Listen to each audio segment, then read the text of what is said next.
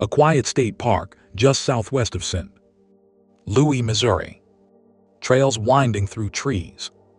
Families having picnics under a summer sun. Cyclists riding along a paved path where a road used to run. Nothing here looks unusual until you learn what's underneath it. How does an entire American town simply disappear from the map? Not abandoned gradually over decades, but erased on purpose all at once by federal order. And why did it take more than 10 years for anyone to understand why children were getting nosebleeds, why horses were dying quietly in their stalls, and why the ordinary dirt roads of Times Beach, Missouri, had quietly become soaked in one of the most dangerous substances ever manufactured? This is the story of a hidden hazard that sat beneath everyday life for a decade, a mistake that spiraled into a government cover-up almost nobody intended, and one of the largest and strangest toxic evacuations in American history. One that ended with an entire incorporated town being legally wiped off the map. In 1925, a group of investors connected to the St. Louis Star-Times newspaper founded Times Beach as a summer resort along the banks of the Merrimack River. The pitch to city dwellers was simple: buy a small riverside lot cheaply, build a modest cottage, and escape the brutal St. Louis summer heat without traveling far. Advertisements promised swimming, fishing, and cool river breezes just a short drive from the city. A few years later, when Route 66 was designated one of America's first federal highways, it ran directly through the town, transforming Times Beach from a seasonal getaway into a small but steady waypoint for travelers heading west across the country. Motels, diners, and gas stations sprang up along the strip to serve the passing traffic, and many of the old summer cottages were gradually converted into year-round homes as families settled permanently by the river. By the 1970s, Times Beach had grown into a modest, working-class community of roughly 2,000 residents. It was, in nearly every visible way, an unremarkable American town: quiet streets, close-knit neighbors, a volunteer fire department, a handful of local shops. It had one persistent, unglamorous problem, though. Most of its roads remained unpaved dirt, and every summer, dust kicked up by passing cars coated homes, laundry lines, gardens, and children playing outside. The town needed someone to keep that dust under control, and that's where a local entrepreneur named Russell Bliss came in. Bliss ran a waste oil hauling business, collecting used motor oil and various industrial byproducts from garages, factories, and workshops across the wider region, then reselling or repurposing whatever he collected. Spraying waste oil onto dirt roads to suppress dust was, at the time, an entirely common and largely unregulated practice throughout rural Missouri. Bliss had used the technique before, on horse stables and on his own property, seemingly without incident. When Times Beach officials hired him to spray its roughly 23 miles of unpaved streets, nobody gave it a second thought. What nobody in Times Beach knew, and quite possibly what Bliss himself didn't fully know, was where some of that oil had actually originated. Years earlier, a chemical plant in Verona, Missouri, had manufactured a component used in producing Agent Orange, the defoliant chemical deployed extensively during the Vietnam War. That manufacturing process created a highly toxic industrial byproduct, a compound called dioxin, specifically the variant known as TCDD, widely regarded by scientists as one of the most potent synthetic toxins ever measured, even in extraordinarily small quantities. Waste containing that dioxin passed through a chain of contractors and waste haulers over the following years, and investigators later determined that some of it ended up mixed into the oil trucks that sprayed roads across the state, including, eventually, the streets of Times Beach. At first, nothing about Times Beach seemed any different. If anything, residents were pleased. The dust settled less, and the roads looked, for once, a little better maintained than usual. Then the signs began, small at first, easy to dismiss individually, but steadily impossible to ignore altogether. Horses stabled near the freshly sprayed roads started falling ill and dying. sometimes within just weeks of exposure, their symptoms baffling local veterinarians who had never encountered anything quite like it. Birds that landed on treated soil were later found dead nearby, and stray cats that wandered on sprayed lots simply stopped coming home. Children who played in the dirt, as children everywhere naturally do, began developing chloracne, a severe and disfiguring skin condition strongly associated with dioxin exposure that causes painful, acne-like lesions that can persist for years. Adult residents reported persistent nosebleeds, chronic headaches, unexplained fatigue, joint pain, and, in several documented cases, miscarriages that doctors at the time couldn't fully explain. For years, none of these scattered, painful events were connected back to the ordinary-looking oil trucks that had rolled quietly through town on what everyone assumed was a routine, harmless maintenance job. Bliss himself continued his waste-hauling business largely unaware, or at least unconcerned, that regulators elsewhere in the state were beginning to ask serious questions about where exactly his waste oil had originated.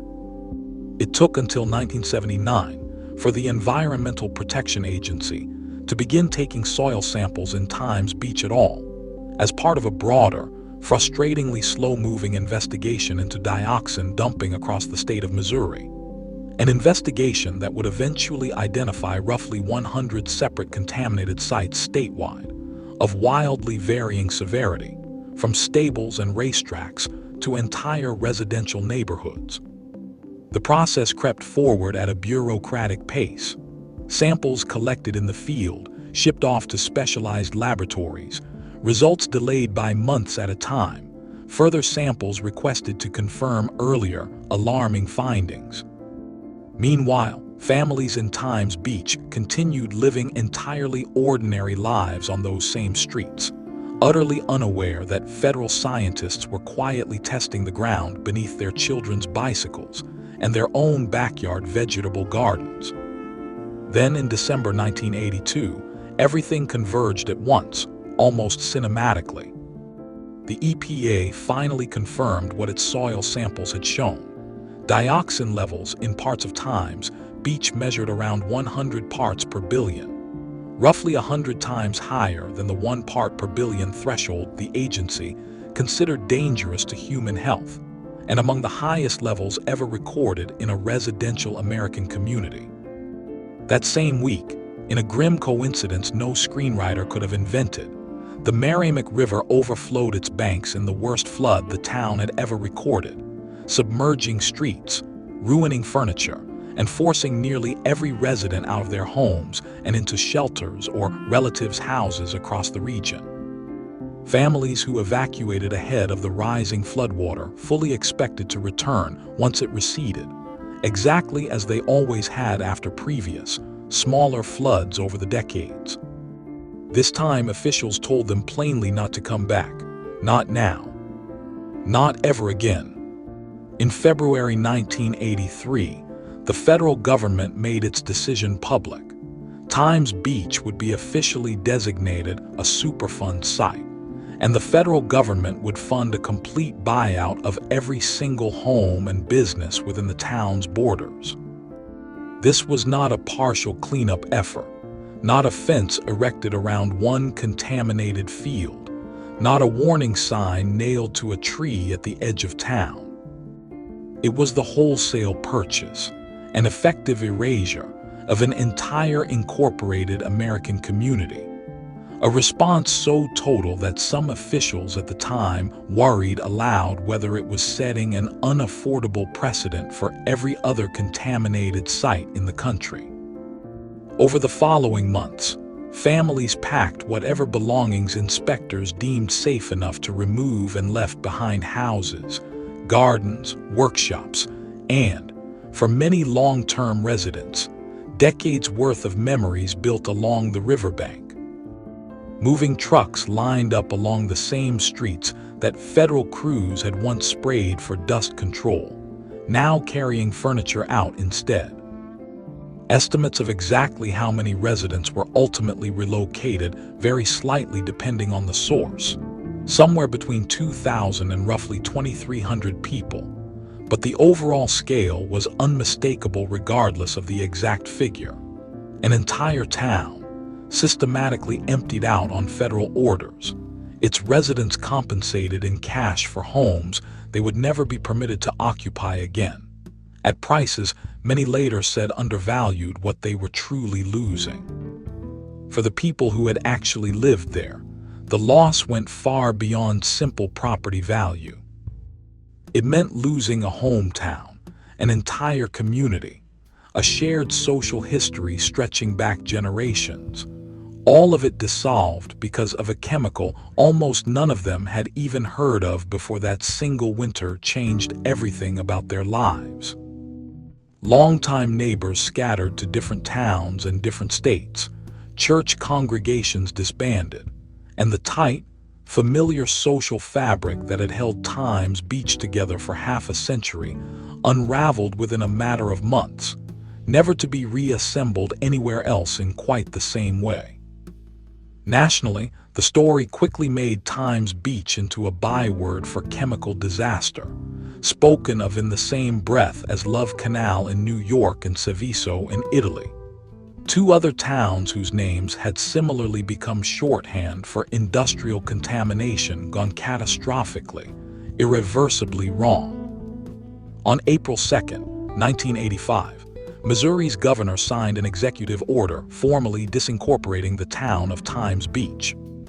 On paper, and not merely in day-to-day practice, the town legally ceased to exist altogether, one of only a small handful of times in American history that a functioning, incorporated town has been officially dissolved specifically because of chemical contamination. What followed was one of the most expensive environmental remediation efforts the country had ever undertaken. Throughout the 1990s, demolition crews methodically tore down the town's remaining structures piece by piece, house by house, until nothing recognizable remained standing. A purpose-built incinerator, constructed specifically for this single project, ultimately burned through more than 265,000 tons of dioxin-contaminated soil, gathered not only from Times Beach itself, but from roughly 24 other affected sites scattered across eastern Missouri. The total cost of the cleanup is estimated at somewhere between $110 and $200 million, funded largely through the federal Superfund program created specifically for disasters like this one. Even decades later, the underlying debate over whether the evacuation was ever truly necessary in the first place has never fully settled among historians, toxicologists, or former officials. Some later suggested that fear and mounting political pressure, more than hard, settled science, ultimately drove the decision to empty an entire American town of its residents. Others firmly maintain that dioxin's documented long-term health risks, particularly its well-established effects on prenatal development and immune system function, genuinely justified exactly the drastic, expensive response that Times Beach eventually received. Both positions still circulate actively among experts today, and neither side has definitively, conclusively won the argument. In 1999, the fully decontaminated site finally reopened to the public, not as a town ever again, but as Route 66 State Park, the very same quiet trails and sunlit picnic grounds you saw right at the very start of this story. Walk through it today, and there is remarkably little to suggest that an entire American community once stood on this exact ground, raised generations of families here, and then vanished almost completely within a matter of months by simple government decree. Times Beach isn't really remembered as a town anymore, not in any practical sense. It's remembered instead as a cautionary tale, a quiet, permanent reminder of how easily a hidden hazard can sit undetected beneath ordinary, everyday life for years on end, invisible and unremarkable, until the exact day someone finally, belatedly decides to look closely enough to find it. If this forgotten piece of American history was new to you, Subscribe to US Historax for more hidden stories that the map itself doesn't tell you about.